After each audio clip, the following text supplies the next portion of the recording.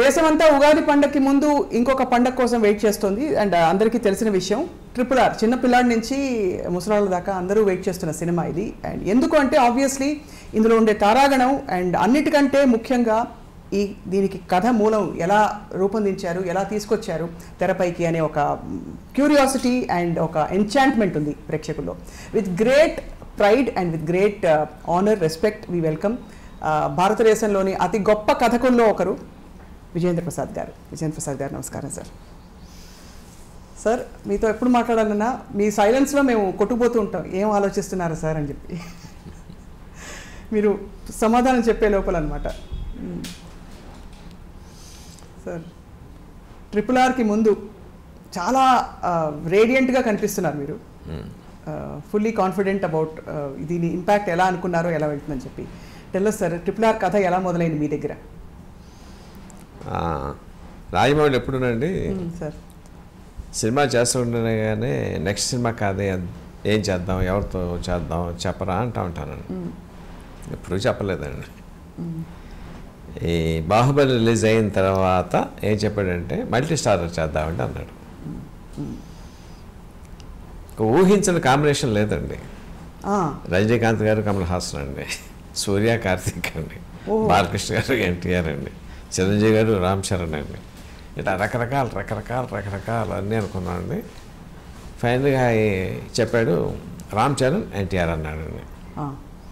ముందు ఆర్టిస్ట్ పేరు చెప్పాడు. ఆ రీజన్ ఏంటంటే డెఫినెట్గా సూపర్ స్టార్స్ కావాలి. సూపర్ స్టార్ న్యాచురల్గా సూపర్ ఎగోస్ ఉంటాయి. అది ఒక ఏడాది నుంచి 2 ఏళ్ల పాటు వాళ్ళని ఎక్కడ బిగినింగ్ రోజు ఎలా ఉందో ఎండింగ్ రోజు కూడా అదే మెయింటైన్ చేయాలంటే unless he has a personal equation with them apart from the respect what he commands in the field ఉంటే తప్ప ఈ కాంట్ డూ ఇట్. సో న్యాచురల్గా రామ్ చరణ్తో మంచి సినిమా మగధీర్ తీశాడు. ఎన్టీఆర్తో కెరీర్ స్టార్ట్ అయింది. సో ఇద్దరితో మంచి ర్యాప్ ఉంది. More than that they themselves are very good friends. Public తెలియదు ఆ సంగతి అండి. అవును తెలియదు సార్, ఈ మొన్న తెలిసింది. అవునండి, వాళ్ళు చెప్పేదాకా తెలియదు పబ్లిక్ అండి, బట్ ఆబ్వియస్లీ హీ నోస్ అండి. సో అది దట్స్ ద మెయిన్ ఫ్యాక్టర్ అనమాట. మల్టీ స్టార్ చేయాలంటే ముందు వాటిలో స్టైలింగ్ స్మూత్గా ఉంటుంది నాకు అని చెప్పి ద 2 guys అని చెప్పండి, దాని మీద స్టార్ట్ అయింది అనమాట. బిగినింగ్లో ఇంకో కండిషన్ ఏం పెట్టుకున్నామంటే కొలతలతో కథ రాయొద్దు. మీరు చూసే ఉంటారు లేదా కానీ రాఘవేంద్రరావు గారిది ఇద్దరు దొంగలు అనుకుంటారండి, కృష్ణ గారు సోమబాబు చేశారు. దాంట్లో కరెక్ట్గా వాళ్ళ అసోసియేషన్ చెప్పేవారండి, 80 దగ్గర అడుగు 2 ఫ్రేములు అంటే ఇక్కడ కూడా అడుగు 2 ఫ్రేములే, అక్కడ 2 పంచులు అంటే ఇక్కడ 2 పంచులు అండి. అలా ఉండేది సార్, అలాగే తీశారు. ఇప్పుడు చూస్తే కొంచెం అది నవలాట కింద ఉంటుందండి. అవును sir. So first part of course you have to keep the factor that they are super stars. వాళ్ళ తాలూకు ఇమేజ్ అక్కడ దెబ్బతినకూడదు, దాన్ని ఎన్హాన్స్ చేసి ఉండాలి. అలాగే అని చెప్పండి ప్రతిసారి కూడా అతను ఏదైనా అంటే ఏదో కౌంటర్ అనాలి, అసలు మా ఫార్ములా తీసేద్దాం. Let the story dominate. The story should be so good they must become an integral part of the story. అర్థమవుతుంది కదండి. అవును, వాళ్ళ కోసం స్టోరీ రాస్తున్నాం, వాళ్ళ చుట్టూ స్టోరీ రాస్తున్నాం. At the same time the story should be so good. వాళ్ళ దాంట్లో పాత్రలు దాంట్లో ఒదిగిపోవాలి తప్ప వాళ్ళు విడిగా కనిపించకూడదండి. ఇన్ఫ్యాక్ట్ నాకు సినిమా చూసిన తర్వాత కూడా నాకు అదే అనిపించిందండి. అంటే లైక్ ఎలాగనిపించింది అంటే, సో ప్రతిసారి use to wonder how it is happening. అంటే ముందు ఈ బిల్డప్ మామూలుగా రజనీకాంత్ గారు స్క్రీన్ మీద వచ్చారనుకోండి, సూపర్ స్టార్ SUPER అక్షరాలు పడతాయి కదండి, మ్యూజిక్ పడండి, అవి లేవండి. యాక్చువల్గా హీరో కావాల్సిన ఎలివేషన్ అంతా ఉందో దాంట్లో, బట్ అది లేదన్నమాట అండి. నాకు సినిమా చూసి ప్రతిసారికి ఏమనిపించిందంటే వీళ్ళు సూపర్ స్టార్సే కదా, ఏంటి ఇట్లా ఉన్నాయి దీంట్లో ఒదిగిపోయారు ఏంటంటే నాకు ఒక విజన్ కనిపిస్తూ ఉండేదండి. చిరంజీవి గారి దగ్గర రామ్ చరణ్ పక్కన ఉన్నాడు అనుకోండి, వాట్ విల్ హిస్ బిహేవియర్, తండ్రి పట్ల గౌరవం, వినయం, శ్రద్ధ. At the same time father knows that is super star, he himself is that is super star. అలా ఎన్టీఆర్ గారు హరికృష్ణ గారు పక్కన ఉన్నారనుకోండి, ఆయన ప్రవర్తన ఎలా ఉంటుంది? That's the same body language I have seen in the movie. నాకు అనిపించిందండి. I never talk to them. Cinema చూసిన తర్వాత that's the respect they give to the story. Maybe ఇండైరెక్ట్గా the confidence or trust the kept in the director, respect అనండి, the trust the kept in the director. Yes, ఎట్టి పరిస్థితుల్లోనూ మనకి ఎక్కడ తేడా చేయడం, we can trust him. So I could see it through out the movie and beginning to end. Sir ఒక direct question అడుగుతాను, ఏం అనుకోకపోతే, మీరు ప్రమోషన్స్లో ఎందుకు సార్ కనిపించట్లేదు? అంటే ఇప్పుడు మీరు చెప్తున్న దాన్ని బట్టి దీనికి అసలు ఇంత పెద్ద ప్రాజెక్ట్కి మూలమే కథ, మీరు కనిపించట్లేదనే ఒక విషయం చిన్న, అంటే వివాదం అని కాదు కానీ దాంట్లో పెద్ద వివాదం విషయం కూడా లేదండి sir. President Kennedy, American president Kennedy గారు ఒక సేయింగ్ చేశారండి, చెప్పారు, నాకు చాలా ఇష్టమైన సేయింగ్ అండి అది. Think not what the nation has done to you, think what you can do to the nation. దేశం నీకేం చేస్తే ఎప్పుడు అనుకోవద్దు, దేశాన్ని నువ్వేం చేసావు. ఈ సినిమా కథ రాసినందుకు they paid me money, I'm getting fame. దీన్ని నేనేం చేయాలని ఆలోచించాలి తప్ప దాంట్లో ప్రమోషన్ కనిపించానా లేదా అన్నది సెకండరీ ఫ్యాక్టర్ అండి. మీకు ఇంకో సామ్యం చెప్తాను. ఒక బిల్డర్ ఒక ఇల్లు కడతాడండి, ఇల్లు కట్టేటప్పుడు select the best painter, best masonry, best wood work, అన్నీ బెస్ట్ తీసుకుంటాడండి. కానీ అమ్మేటప్పుడు పలానా వాడు కట్టాడండి, పలానా చేస్తే చెప్పడు కదా, మొత్తం ఇల్లు చూపిస్తాడండి. అంతే కదండి. సో సినిమా తయారు చేయడం ఒక పద్ధతి అండి, ఒక ఫేజ్ అండి. ఆ ఫేజ్లో ప్రతి ఈ స్టెప్లో నేను ఉన్నానండి. అంటే కథ అనుకున్న దగ్గర నుంచి అఫ్కోర్స్ కథ నా దగ్గర స్టార్ట్ అయింది. ఆ తర్వాత ఆర్టిస్టులు ఎలా అనుకుంటున్నాం, ఏ చిన్న చిన్న సలహాలండి. ఆ తర్వాత ఏదైనా సెట్ ఇంపార్టెంట్ సీన్స్ తీసుకెళ్ళి ఎక్స్ప్లెయిన్ చేసేవాళ్ళు, ఇలా చేద్దాం అనుకుంటున్నాను, ఏదైనా తోస్తే చెప్పేవాళ్ళు. రష్ ఎప్పుడప్పుడు చూపించాడండి, ఎడిటింగ్ కూడా చూపించి ఏమైనా సలహాలు అడుగుతాడండి, ఏమైనా చెప్తారని చెప్పని final copy work everything is there. Once the product is there, then the marketing team steps in. The marketing team thinks that my presence would help in the marketing, definitely would have asked me. Right. So, అంత తప్పించి దాంట్లో ఇంకేమీ subtext ఏమీ లేవండి దాంట్లోనండి. అంతే ఏం లేవు. కానీ అంటే ఇక్కడ మీకు సందర్భం వచ్చింది కాబట్టి సార్, మీ అబ్బాయికి మీరు సినిమా కథ రాయడానికి బయట కథ రాయడానికి వ్యత్యాసం ఉందా? రెండు మీకు జస్ట్ మీ క్రాఫ్ట్ మీరు బయట పెడుతున్నారంటారా సార్? అంటే బయట వాళ్ళు తిట్టుకోవడానికి ఉంటుందండి, ఇంటి తిట్టుకోవడానికి ఉంటుంది, అదొకటే తేడా అండి. Okay sir. ఎలా సార్, చిన్న ఉదాహరణ కూడా ఇస్తే మేము ఇంకా సంతోషపడతాం. I can't use cuss words అండి. రైట్. బయట వాళ్ళని తిట్టుకోవచ్చా సార్? తిట్టుకోలేమా? అంటే మీకు తెలుసు యూజువల్గా ఏం తిట్లు వస్తాయో తెలుసు కదా, ఉంటాను. అవునవును, దాంట్లో నేనే ఉంటాను. అర్థమైంది సార్, అర్థమైంది. అంటే టఫ్ టాస్క్ మాస్టర్ కదా సార్ రాజమౌళి గారు. అంటే more and more we hear about him, ఆయన పర్ఫెక్షన్ కి. కదండి, ఇట్స్ నాట్ టఫ్ అండి. టఫ్ ఎప్పుడు అవుతుందంటేనండి, ఒక అన్డైజెస్టబుల్ ఐటమ్ ఇచ్చి దాని కలర్ పెట్టమని అనుకోండి, the matter becomes tough.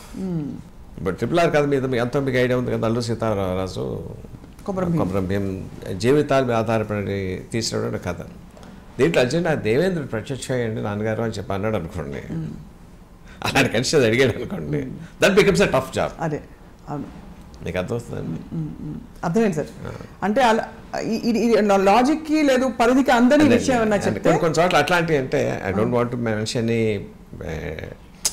Directors or producers కొన్నిసార్లు అట్లాంటివి అడుగుతూ ఉంటారంటే, అవి అసలు ఎట్టి పరిస్థితుల్లో అవి పొసగవండి.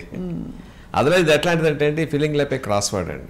ఒకసారి ఆన్సర్ కొంచెం ఇబ్బంది పెడుతుంది, but answer is there, you have to crack your mind అంతేనండి. ఆ టఫ్నెస్ తప్ప క్రాస్ వర్డ్ పజిల్ ఫిల్అప్ చేస్తే వచ్చి ఏ టఫ్నెస్ ఫీల్ అవుతామో ఆ టఫ్నెస్ అంతా మించి ఎప్పుడు ఫీల్ అవునండి. బట్ అలా చూసుకుంటే సార్ బాహుబలి పూర్తి ఫ్యాంటసీ. ఫ్యాంటసీలో ఏముంది అక్కడ? Fantasy in the sense totally created. I mean fantasy అంటే not super natural thing. Okay, but not fiction.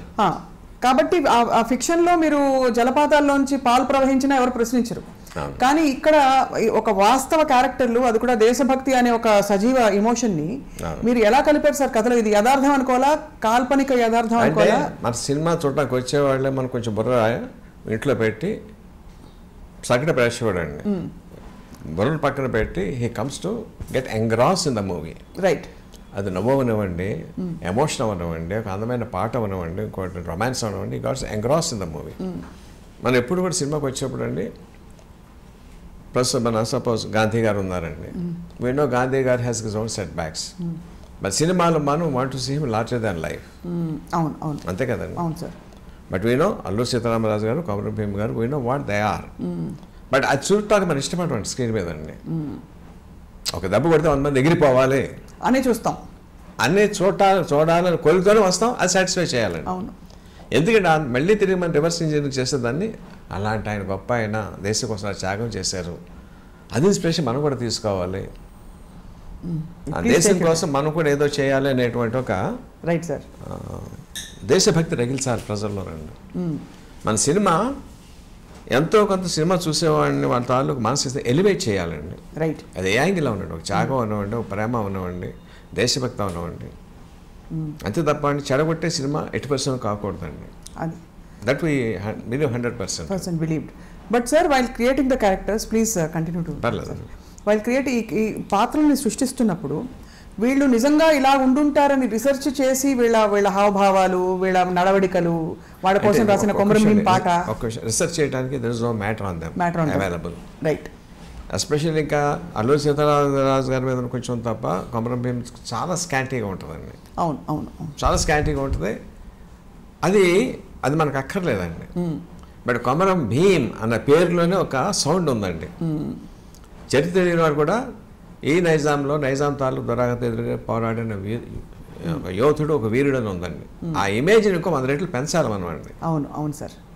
ఇప్పుడు సీతారామరాజు గారు యాక్చువల్ స్టోరీ తీసుకుంటే ఏముంటుందండి, ఆయన పితూరి చేశారండి. ఒక పోలీస్ స్టేషన్కి వెళ్ళి 2 తుపాకులు పట్టుకొచ్చి ఇంకోసారి 10 తుపాకులు పట్టుకొచ్చారండి. 20 బుల్లెట్లు తీసుకెళ్లారండి ఆయన. అంత మించి లేదండి, అది లేదు. కానీ దట్ ఇస్ ద ఫ్యాక్ట్ అండి. అవును.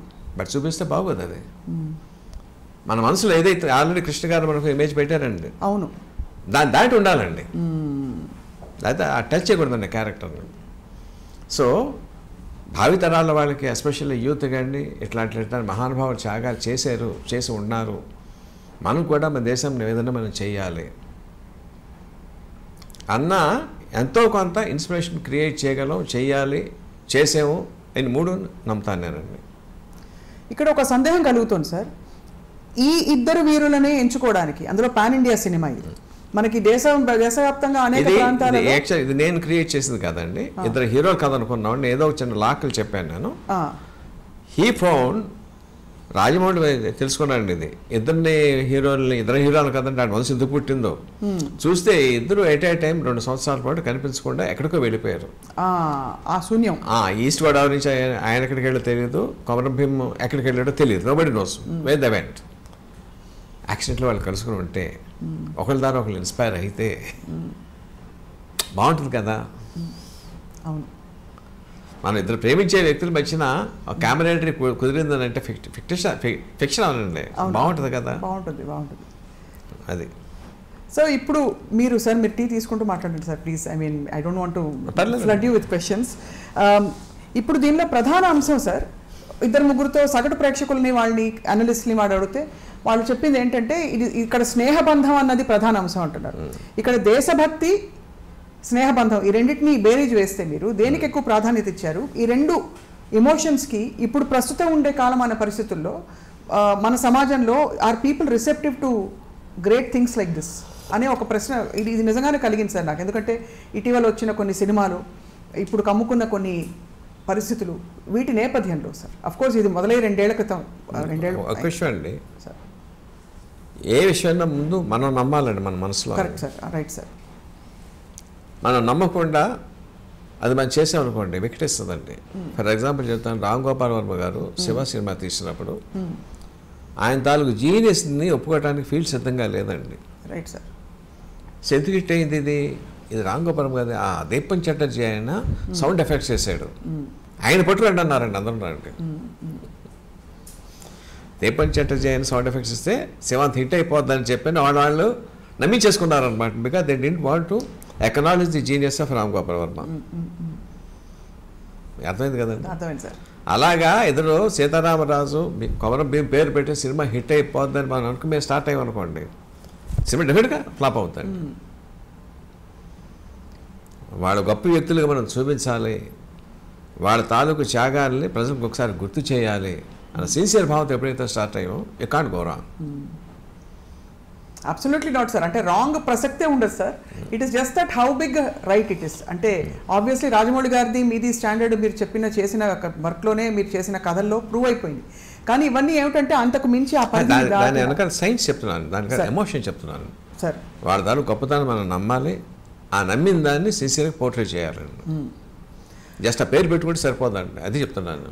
అది చాలా గొప్ప సవాల్ సార్ మీకు. మీరు అన్నారు కదా literature is not available about ఈ వీరుల గురించి. మనకి తెలిసిన విషయాలు కొన్నే, మనకు తెలిసిన కొన్నిలో అంత ఎలివేట్ అయ్యి వాళ్ళు వచ్చే అవకాశాలు లేని పక్షంలో మరి మనమే ఈ క్యారెక్టర్స్ని ఎలివేట్ చేసే క్రమంలో బోల్డ్ అంతా ఊహించుకోవాలి ఇలా ఉంటుందని చెప్పి. ఈ కొమరం భీం పాట వినిపించారు సార్ అశోక్ తేజ గారు, ఇందాకే వచ్చారు. అసలు ఎవరండి? సుద్దాల అశోక్ తేజ గారు. ఆయన వినిపించిన సుద్దాల అశోక్ తేజ గారు వినిపించిన కొమరం భీం పాట అసలు దాని వెనక ముందు ఏమైనా చెప్పారా? కొంత చెప్పారు సార్, మీరు మిగతాని మీ నుంచి విందామని వెయిట్ చేస్తున్నాం. మొత్తం లీకే ఆయన ఏం చెప్పారో చెప్తే. ఓహో, ఎలాగో రేపే సినిమా కదా సార్ మనకి ఎలాగో, కాబట్టి ఆబ్వియస్లీ చిత్రహింసలు పెడుతున్న సమయంలో కొమరం భీం అనే యోధుడిని ఆ పాటని ఆయన భరిస్తూ, ఆ నొప్పిని భరిస్తూ తనకి తాను మాట్లాడుకుంటున్న పద్ధతి, అది ఎలా ఇంట్రడ్యూస్, ప్రపంచం పాడాలా లేకపోతే ఇంకెవరైనా? అఫ్కోర్స్ సాక్షి దాంట్లో కాలు ముక్త బాన్సేన అంటే అడిగి తల్లి పుట్టనట్టేరా నువ్వు, తను పుట్టనట్టేరా నట్టేరా అని ఆ పదం ఆ సాక్షిలోనూ దాని తాలూకు అర్థం అండి అని చెప్పారు సార్. అదే, సో ఈ క్యారెక్టర్స్ ఊహించుకోవడంలో సార్ మీరు ఎంత దూరం వెళ్ళారు, ఎంత లిబర్టీస్ తీసుకున్నారు? ఒక ఆలియా భట్ లాంటి ఒక క్యారెక్టర్ని ఇంట్రడ్యూస్ చేశారు కాబట్టి వాళ్ళ ప్రేమ కథ, వాళ్ళ మధ్య తను బ్రీఫ్ రోల్ అని కూడా, ఇవన్నీ మాకు బిట్స్ అండ్ పీసెస్గా అందుతున్న ఇన్ఫర్మేషన్. సో ఒక తెర మీద ఇంతమంది ఇన్ని విషయాలు ఉన్నాయా అనిపిస్తుంది సార్ మాకు. నాకండి I'm very happy that they have selected Alia Bhatt అండి. ముందు ఆలియా భట్ అన్నప్పుడు ఆలియా భట్ అన్న మనసులో చిన్న ప్రశాంతం వచ్చిందండి. The moment I saw her in the makeup, అవునా సార్, ఫ్లోడ్ ఫిదా.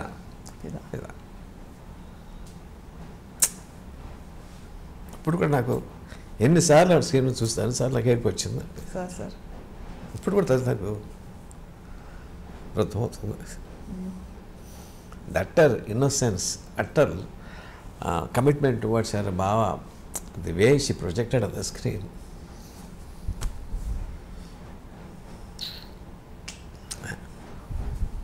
వర్డ్స్ ఫైల్ మీ.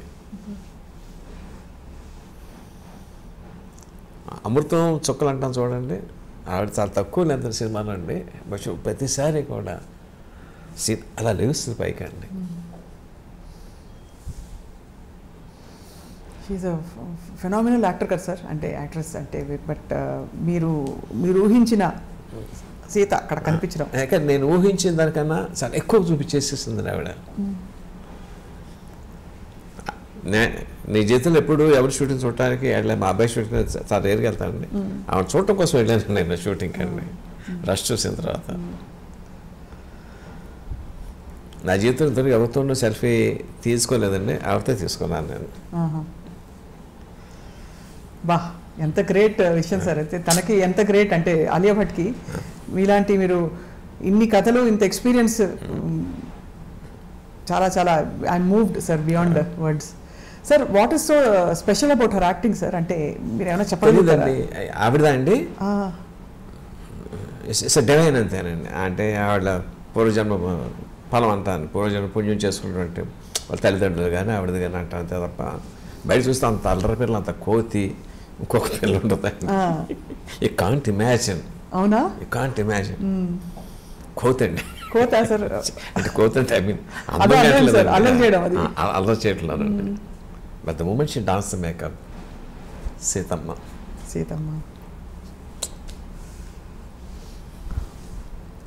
సీత అని అనలేనండి, సీతమ్మ.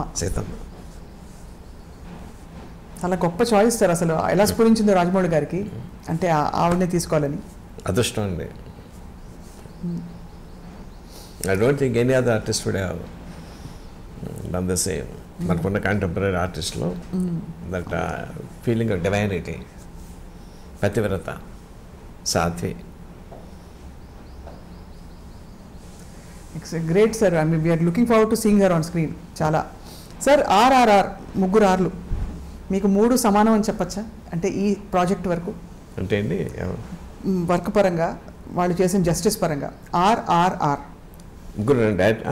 రాజమౌళి గారు, రామారావు గారు అండ్ రామ్ చరణ్ గారు, ముగ్గురు అని చెప్పచ్చా? ఒకళ్ళకి ఎక్కువ మార్కులు ఏమైనా వేస్తారా?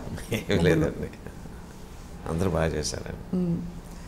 అండ్ రామ్ చరణ్ గారి క్యారెక్టర్ని ఆయన ఫ్యాన్స్ ఎక్కడా కూడా ఇబ్బంది పడకుండా, అంటే ఆయన ఒక హీరోయిక్ దీనిలో చూడాలనుకుంటారు. తారక్ని మనం ఇమోషనల్ సీన్స్లో కూడా చూసాం, బట్ రామ్ చరణ్ని ఇలా చూపించే క్రమంలో డిఫరెన్స్ చెప్తాను. చెప్పండి సార్. స్టోరీ డిజైన్లో సార్ ఇట్స్ సో హ్యాపెన్, మీ కొమరం భీమ్ అంటే ట్రైబల్ క్యారెక్టర్ అండి, వాళ్ళకి యాక్టర్ ఇన్నోసెన్స్ అండి, అంతే ప్రాణం ఇచ్చేస్తారు, కోపం వస్తే దేనికైనా తెగిస్తారండి వాళ్ళు. He goes straight into the heart and the moment he goes straight to the heart. But a person, ఏమాత్రం కొంచెం ఇంటెలిజెన్స్ ఉన్నా సరే, there are so many complexities in the character of Ram Charan.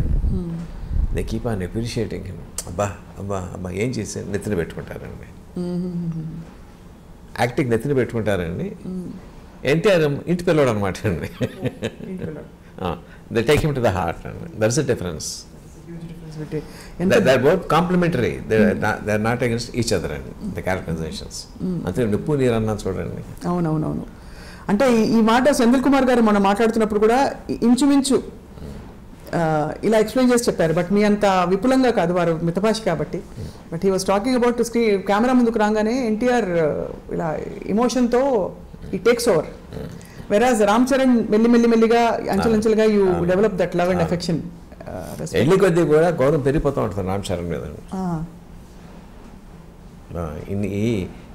ఎంత పెయిన్ ఉందా గుండెల్లో, ఎంత pain ఉంది, ఎంత దాచుకున్నాడా, ఎంత స్థితపరిచేత ఉన్నాడా. మీకు సింహాద్రిలో ఒక సీన్, సింహాద్రి చూసారండి? చూసాను చేశాను. అంటే ఒకసారి ఆయన భానుచంద్ర సూట్ కేసులో బాంబులు ఉన్నాయండి, ట్రైన్ ఎక్కితే ట్రైన్ పేలిపోతుంది, because hundreds of lifes death అండి. NTR knows about it, Bhanuchandra is not aware of it. Train స్టేషన్లో ఎక్కితే కాలుస్తూ ఉంటే చచ్చిపోయే గారండి భానుచంద్ర అండి. సింపతి ఎక్కడ వస్తుందండి? న్యాచురల్లీ సార్ అంటే వస్తుంది కదా సార్. సో అన్ఇమాజినబుల్ కదా, unimaginable. I mean it is అంటే ఈ థాట్ కూడా రాలేదు ఎవరికి ఇంతవరకు. మీరు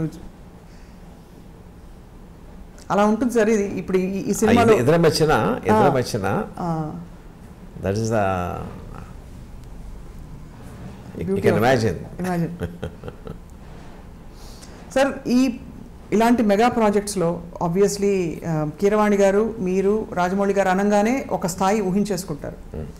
ఇప్పుడు ఆబ్వియస్లీ అంచనాలకు వెళ్ళడం అనేది it's a very cerebral thing, బహుశా అటువైపు వెళ్ళకూడదు. But do you think this will surpass Baahubali sir? అంటే in terms of scale, imagination. రెండు విషయాలు చెప్తానండి. Spectacle wise I don't think to surpass Baahubali, because that's a different world by itself. అవును, the world is created for the spectacle. అవును. Here the world is created for the bondage between two super stars. అట్లాంటి world create చేయబడింది ఇక్కడండి. This is not intent for the spectacle presentation. సినిమాకి ఎంత కావాలో అంతవరకు దాంట్లో ఉంది, అట్మాస్ఫియర్ ఉందండి. We created that world where it looks realistic అండి. అంటే the story is happening in Delhi in 1920s. So దాని తాలూకు అట్మాస్ఫియర్తో ఆథెంటిక్గా చేశారండి. But you can't expect cages like Baahubali అండి. ఏలూరు కానీ 100 స్పేస్ 10 జనరల్ ఫైట్లు కానీ. The story doesn't demand it. పెడితే ఇట్ లుక్స్ ఆర్టిఫిషియల్ అండి. But for the emotional content is concern, it is going to surpass Baahubali అండి. ఎమోషనల్ కోషెంట్ ఏదైతే ఉంటుందో కథలో ఆచరించేవారికి దాని మీద ఒక మార్క్ ఎక్కువ ఉంటుంది, తక్కువ ఉండదండి. ఇది అడగడానికి కారణం ఏంటంటే సార్, మాహిష్మతి సామ్రాజ్యం, మనకి అమరేంద్ర బాహుబలి, వీళ్ళందరూ క్యారెక్టర్స్ అయిపోయారు మన జీవితంలో. అంటే వాళ్ళని మనం అమరేంద్ర బాహుబలి అని మేము ఓకే ఆ మాటల్లో ఊత పదాల్లో వాడేసుకుని పిలిచేస్తుంటాం. రమ్యకృష్ణ గారి క్యారెక్టర్, ఇవన్నీ సజీవంగా మిగిలిపోయాయి. బట్ ఇందులో what is the biggest thing మనం ఆడియన్స్కి మనసుల్లో మిగిలిపోయేదంటే ఒక మాట, బికాస్ అజయ్ దేవగన్ గారు ఇన్ని విషయాలు. ఇద్దరు మిగిలిపోతారండి, ఇద్దరు క్యారెక్టర్స్, ఇద్దరు హీరోలు, సీతమ్మ, ముగ్గురు మిగిలిపోతారు సార్ యాజ్ క్యారెక్టర్స్. ఇందులో ఇంకొక స్ట్రేంజ్ ఎక్స్పీరియన్స్ చూసింది ఏంటంటేనండి, మన ఫైట్లు ఎన్నో సినిమాలు, being a movie buffs will be seeing so many action scenes అండి. అబ్బా కొట్టు నరుకు అని చెప్పని అనిపిస్తూ ఉంటుంది మనకండి. బట్ ఇందులో when two heroes from the very beginning we know that they are sailing together, but they are bound to clash. అది జరగపోతే బాగుండు అనుకుంటామండి. By the interval it happens. Clash అవ్వడం I made a big spectacle. కొడతా ఉంటే నాకు ఏడుపు వస్తూ ఉంటుందండి. అంటే యూ కెన్ ఇమాజిన్, ఒక తల్లి ఉందండి, తల్లికి 2 కొడుకులు ఉన్నారండి, 2 బలవంతులే, 2 మంచివాళ్ళే, 2 తల్లి ముందు కొట్టుకుంటే తల్లి ఫీలింగ్ ఎలా ఉంటుందండి? అయ్యో వద్దురా, కొట్టుకోవద్దురా మస్ట్ బౌండ్ టు హ్యాపన్. అది చూసినప్పుడు అది ఇది ఇంటర్వెల్లో వస్తుందండి. ఎలాగైతే ప్రతిసారి కూడా నా కళ్ళు చెమరుస్తూ ఉంటాయండి. సినిమా మేకింగ్లో కనీసం 7-8 సార్లు 10 సార్లు చూస్తుంటాను దాన్ని నేను, రకరకాల situation. The feeling never gets diluted and intensity, the intensity of it. ఎప్పుడూ ఒక డౌట్ కలుగుతుంది సార్, 3 గంటల 6 నిమిషాలు నిడివి ఉండే సినిమా ఇది. అండ్ గతంలో అయితే బాహుబలి అయితే 1 and 2. మీరు యాక్చువల్లీ కథ చెప్పడం వరకు ఫైన్, బట్ దాన్ని మళ్ళీ ఆచరణలోకి తీసుకురావడంలో మీ పాత్ర ఎంత ఉంటుంది? మీరు ఎలా చేస్తారు? హౌ డస్ విజేంద్ర ప్రసాద్ గారు వర్క్? అది రాజమౌళిని అడగవలసిన ప్రశ్న నన్ను అడుగుతున్నారు మీరు. సార్ రాజమౌళిని అడగవలసిన ప్రశ్న నన్ను అడుగుతున్నారు. అది అవును, అంతేనా సార్? కథ చెప్పడంతో నా పని అయిపోయిందండి. అంతేనా? ఆ తర్వాత ఆ కథని డెవలప్ చేయడంలో మిమ్మల్ని మళ్ళీ డెవలప్ చేయడం త్రూఅవుట్ ఉంటామండి. The moment is put on the paper, my job is done. ఎప్పుడన్నా ఒకసారి రష్ శ్రమించి అడుగుతూ ఉంటాడు, ఇంపార్టెంట్ సీన్ ఏదైనా తీస్తూ ఉంటే సెట్టి పిలిచి ఇలా చేద్దాం అనుకుంటున్నానండి మీరు ఏమంటారు అంటూ ఉంటాడు. అంతేనండి, అంతకుమించి పెట్టుకోకూడదండి. సార్ గతంలో మిమ్మల్ని ఒక క్వశ్చన్ అడిగినప్పుడు మీరు చెప్పారు ఎమోషన్ అన్నది ఏ భాషకు అతీతం, అందరికీ ఒకటే ఎమోషన్ అని చెప్పి. ఇక్కడ మనకి నేటివిటీ అని లేకపోయినా ఈ 2 వీరులు దేశభక్తులు అంటే దేశానికి మొత్తం భక్తులు, బట్ అన్ని భాషలలో వాళ్ళకి రిలేటబుల్ చేయడానికి, ఉదాహరణకి అశోక్ తేజ గారిని అడిగాను, కొమరం భీం పాట మీరు ఇక్కడ తెలంగాణలో రాశారు, అది తమిళ్లో కానీ మలయాళంలో కానీ ఎలా ట్రాన్స్లేట్ అవుతుంది ఆ నేటివిటీ తీసుకోవడం? మీరు వినే ఉంటారండి, చాలా బాగా వచ్చిందండి. నాకు హిందీ కొంత అర్థమవుతుందండి, చాలా బాగుందండి. తమిళ్ కూడా కొంత అర్థమవుతుంది, చాలా బాగుందండి. మలయాళం నాకు తెలియదండి, ఎక్కడ దాని తాలూకు సొంపు తగ్గలేదండి. అలాగా వీళ్ళ పాత్రల్ని మనం ప్రవేశపెట్టేటప్పుడు కూడా ఇతర భాషల్లో వీళ్ళుగానే ఉంటారు కదా సార్? అంతేనండి. అంటే దే ఆర్ అల్లూరి సీతారామరాజు గారు, కొమరం భీం గారు. ఇప్పుడు ఝాన్సీ లక్ష్మీబాయి కథ తీశారండి. అవును, ఆవిడ ఎక్కడైనా అంతేగా. ఛత్రపతి శివాజీ కథ తీశారు, చూస్తాం మనం. ఇంకో కథ తీశారు, చూస్తాం మనం. ఇది దేశభక్తి అనేది it transcends the language barrier and region barrier అండి. కాశ్మీర్ నుంచి కన్యాకుమారి ప్రతి వాడికి కూడా భారతదేశం భరతమాత కన్నతల్లి. ఆ కన్నతల్లిని ఎవరంటే గొప్ప సర్రమని పొడుచుకొస్తుందండి. దానికి ప్రాంతం భాష తేడా ఉందని అనుకోను నేను. I will dare to ask you one question sir, అది తప్పైతే క్షమించండి సార్. ఇప్పుడు వైబ్ ఆఫ్ ద కంట్రీ మనం చూస్తున్నాం, we are seeing a Kashmir Files. Kashmir Files ఒక తీవ్రమైన ఇంటెన్సిటీ, ఒక తీవ్రమైన డివైడ్, అలాంటి ఒక ఉద్రేకం ఉండే వాతావరణం ఇప్పుడు చూస్తున్నాం సార్. ఒక కథకులుగా మీ అభిప్రాయం కానీ, బికాస్ మీరు దేశభక్తి అనే ఎమోషన్ తర్వాత తరానికి అందించాలనే సంకల్పం ఉందంటేనే సినిమా కేవలం వినోదం కాదని నమ్మే వ్యక్తి సార్. సో మరి ఇటువంటి ఒక ఫిల్మ్ వచ్చినప్పుడు దాని తాలూకు పర్యవసానాలు కానీ పరిణామాలు ఉంటాయని మీరు నమ్ముతారా సార్?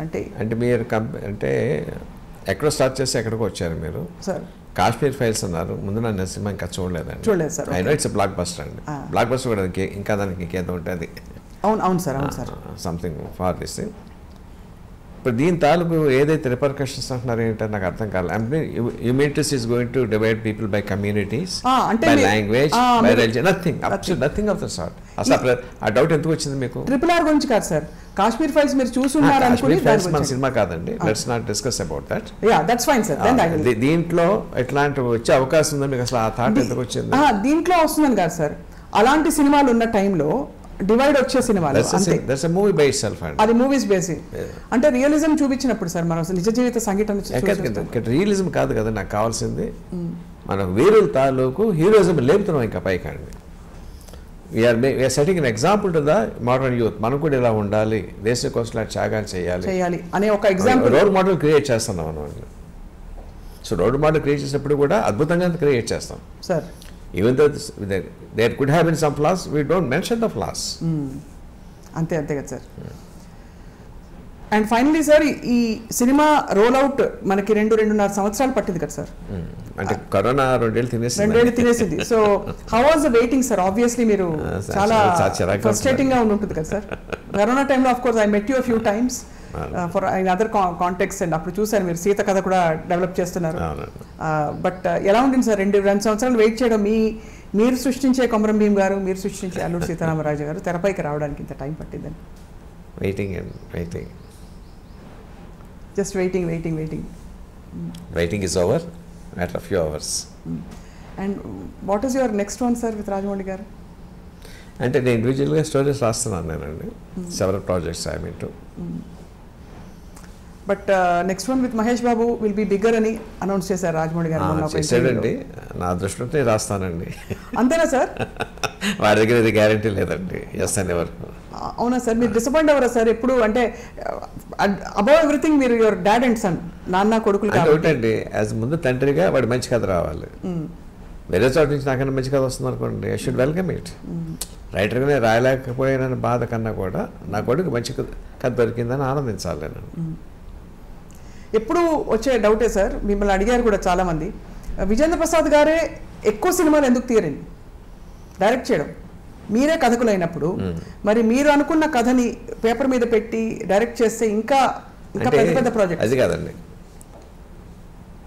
ఏ సినిమా రచయిత అయినా సరే అతనిలో డైరెక్టర్ లేకుండా సినిమా కథ రాయలేడండి. Because he has to seat with his eyes. అంతే కదండి. అవును సార్. నా కంటి ముందు ఏ దృశ్యం కనిపిస్తుందో దాన్ని కాగితం మీద పెట్టాలి. కానీ కంటి ముందు కనిపించే దృశ్యాన్ని తెరకెక్కించడం కోసం there are several departments you have to deal with. అన్నిటికన్నా ముఖ్యమైనది హ్యూమన్ రిలేషన్స్ అండి. అందరితోనూ చాలా బాగా మాట్లాడి వాటితో పని చేయించుకోవాలి. అవును అవును అవును, అది పెద్ద కళ అండి అది. అవును sir. I'm poor in that. అంటే మీరు పూర్ అని అనుకోగాను సార్, బట్ రాజమౌళి గారికి అది పర్టికులర్ ఇది అని వాడికి చాలా బాగా తెలుసు అండి ఆ కళ. How to get things done and extract రప్పించకుండా తనకు కావాల్సింది, ఎక్కడ కాంప్రమైజ్ కాకుండా ఈ నోస్ ఇట్. బట్ మిమ్మల్ని మీరు నాన్నగారు కథ రాస్తున్నారు, కథ ఇచ్చేసాక మళ్ళీ ఇది కరెక్ట్ కాదు, ఇది లాజిక్ అందట్లేదు, నాకు ఇలా వద్దు, లేకపోతే నాకు ఇలా కావాలి అని ఆ స్వేచ్ఛ లిబర్టీ ఉంటుంది కదా సార్ ఇద్దరి మధ్య మీకు? అది కాదండి, వాడి లక్ష్యం ఏంటంటే నేను ఏదైనా చెప్తే గౌరవంగా వింటాడండి, 2 సార్లు చెప్తే వింటాడండి. Ultimately he takes his own decision. ఓహో, చెప్పే స్వాతంత్రం ఎప్పుడు ఉందండి, రిజెక్ట్ చేసే హక్కు వాడికి ఎప్పుడు ఉందండి. అండ్ ఈ కాంటెక్స్లో sir we must mention, Telugu cinema స్థాయిని ఎక్కడికో తీసుకెళ్ళిపోయిన ఏకైక దర్శకులు రాజమౌళి గారని ప్రపంచం అనుకుంటూ ఉంటే ఓ తండ్రిగా మీకు ఎంత గర్వం కదా సార్? ఎలా అనిపిస్తుంది సార్? తండ్రికి ఎంత గౌరవపడతానో తెలుగు వాడిగా కూడా అంత గౌరవపడతాను. నా ఫీల్డ్కి, నా తెలుగు భాషకి గౌరవం వస్తుంది. Have you express to him sir ఎప్పుడైనా? అండి ఎప్పుడైనా చెప్పారా మీరు? అంటే చెప్పే సందర్భం వస్తుందా, అసలు అవసరం వస్తుందా, మీ అబ్బాయే కదా అని? చెప్పరు.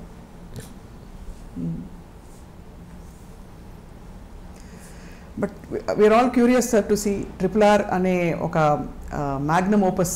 అసలు ఇట్ వోంట్ డిసప్పాయింట్ యూ, అంతవరకు చెప్తాను నేను. It won't disappoint sir. And also where does Ajay Devgan గారు కమింగ్ సార్? ఇది అడిగేయచ్చా? క్యామియో రోల్ అండి, it's a cameo role, very important but cameo role. He is the one who inspires Ram Charan. We are waiting to see more Bajrangi Bhaijans. We are waiting to see more RRR, Bahubali. ఇంకా చెప్పక్కర్లేదు sir వర్షాల. మీరు మీ కథలు అలా తెర మీదకి వచ్చి it should also guide the coming generations అని మేము చాలా ఎదురు చూస్తున్నాం సార్ మీ కథల కోసం. ఇందులో ఒక పాయింట్ చెప్పడం మర్చిపోయానండి. సినిమా అంతా అయిపోయిన తర్వాత RR కోసం కంపోజ్ చేశాడు కీరవాడిని, జనని పాట అండి. ఇంటికి వచ్చేసరికి రాయమౌళి గదిలోంచి వినిపిస్తుంది. ఏంట్రా పాట అన్నాను నేను. తీసుకొచ్చి ఇలాగ ఆన్ చేశాడండి. అన్కంట్రోలబుల్గా ఏడుపు వచ్చేసింది నాకండి. అన్కంట్రోలబుల్. ఏమి సందర్భం, పెద్దన్న రికార్డింగ్ కోసం కంపోజ్ చేశాడు కూడా చెప్పలేదు నాకు వాడండి. ఏంటి పాట వినిపిస్తుంది అన్నానంటే తీసుకొచ్చి ఆ ల్యాప్టాప్ ఓపెన్ చేశాడు. I was sobbing shamelessly. నాకు తెలియదండి ఎందుకంత ఇది వచ్చిందో. అంటే ఏంటంటే అది పేట్రియాటిజం అలాగా తీసుకొచ్చిందండి. I'm sure same emotion audience will feel in the theatre. That says a lot sir. మీరు అంతగా మీరు క్రియేట్ చేస్తుందే మీరు అంత మూవ్ అయిపోయారంటే I'm swear and it's truth. అసలు ఎందుకు చేసాడో నాకు చెప్పలేదండి ఆయన. పాట అయిన తర్వాత చెప్పాడు రికార్డింగ్ కోసం పెద్దని చేసాడండి. నా సినిమాలో అని కూడా నాకు తెలియదండి.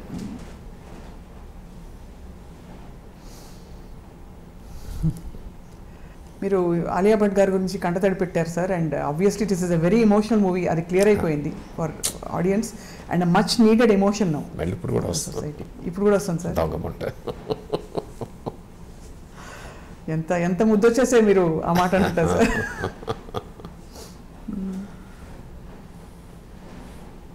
సార్ మీరు దేశభక్తులు అనగానే మీకు గుర్తొచ్చే మొదటి 2 పేర్లు ఎవరు సార్? అంటే జనరల్గా మన దేశంలో దేశభక్తులు లేక అంటే మన హిస్టారికల్ టైంలోకి వెళ్తే ఛత్రపతి శివాజీ, రాణా ప్రతాప్, మహారాజా రంజిత్ సింగ్, ఝాన్సీ లక్ష్మీబాయి, ఎవరి పేరున్నా రోమాంచితం అవుతుంది. అవునా సార్? అసలు అలా స్పందించగలగడమే గొప్ప ఇది సార్ మీకు అదృష్టం సార్. సో కీరవాణి గారి మ్యూజిక్ అయితే ఇంకా చెప్పక్కర్లేదు మనం. అల్టిమేట్ సార్ ఇప్పుడు ఆలియా భట్ గారు కాకుండా ఇతర పాత్రధారులు అంటే ఇప్పుడు 2 హీరోలు ఒక హీరోయిన్ గురించి బ్రిటిష్ లేడీ ఒక అమ్మాయి ఉందండి, మీరు ట్రైలర్ చూసారు కదా. అవును, తను she is also integrated part of the story. And how did you pick characters తెల్లవాళ్ళ కోసం? అంటే బ్రిటిష్ కాలం నాటి అంటే వాడు రూల్ చేస్తున్నప్పుడు వాడు లేకుండా కథ ఎలా ఊహిస్తాం? లేదు అది కాదు sir. How did you pick అంటే ఆ నటులు ఎలా దొరికారని? అంటే కాస్టింగ్ డైరెక్టర్స్ వాళ్ళు తీసుకొస్తారండి. ఆ అమ్మాయి కూడా చాలా బాగుందండి, చాలా హోమ్లీ అండ్ లవ్లీ. ఎప్పుడు చూస్తున్నారు సార్ సినిమా మీరు? రేపేనా ఫస్ట్ డే ఫస్ట్ షో కాదండి, 11:30కి దొరికిన టికెట్స్. Right sir. మేము కూడా ప్రపంచం అంతా మీతో కలిసి చూస్తుంది సార్. అందులో మరొక విషయం, సాంకేతికంగా ఈసారి డాల్బీతో పాటు అనేక టెక్నాలజీస్ ఎవరికి ఎలా సినిమా స్కోప్లో 3Dలో అన్ని ఫార్మాట్స్లో అందించడం అనేది చాలా గొప్ప ఘనత. అంటే ఇది ఎంత పెద్ద ప్రాజెక్ట్ అంటే సార్ ఫ్రాంక్లీ మాకు ఇంటర్వ్యూలు చేస్తున్న వాళ్ళకు కూడా ఏం అడగాలో తెలియదు. Because it is too big. ఒక సముద్రం గురించి మనం ఏం అడుగుతాం అంటే తారాగణం కావచ్చు, కథ కావచ్చు, అన్ని విషయాలు కూడా it is beyond our imagination. So we can only watch it and wonder at what is happening on screen, sir. Ari sir, thank you andi, thank you so much for your time, sir. Thank you. It's a great honor meer raavadam maaku and meeto eppudu interact ayinappudu we get inspired, sir. Raboye kadhala kosam kuda waiting, sir. Seeta katha, sir, especially Seeta katha terakekkali meer cheppina aa roju narrate chesina vidhanga and prastaniki ee Seetanu chusukoni trupti padachchu manam RRR lo. Thank you very much, sir. Namaskaram.